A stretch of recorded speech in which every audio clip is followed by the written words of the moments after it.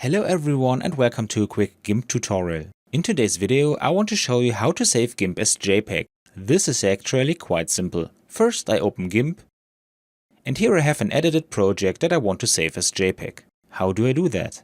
We just click on File at the top and then go to Export As. Just to understand, we don't go to Save As because this way I only save the project in Gimp with all its settings and layers. We save an image with Export As.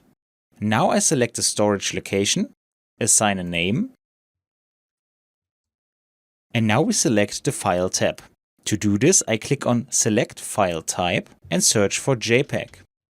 If I click on this, we can now see how the file type changes in the file name. Once I'm finished, I click on Export and Export again, and I can find my picture on the desktop. And as we can see, it's in the JPEG file format. And that's all you need to know. I hope you enjoyed the video and I will see you again in the next tutorial. Until then, your tutorial guy. Bye.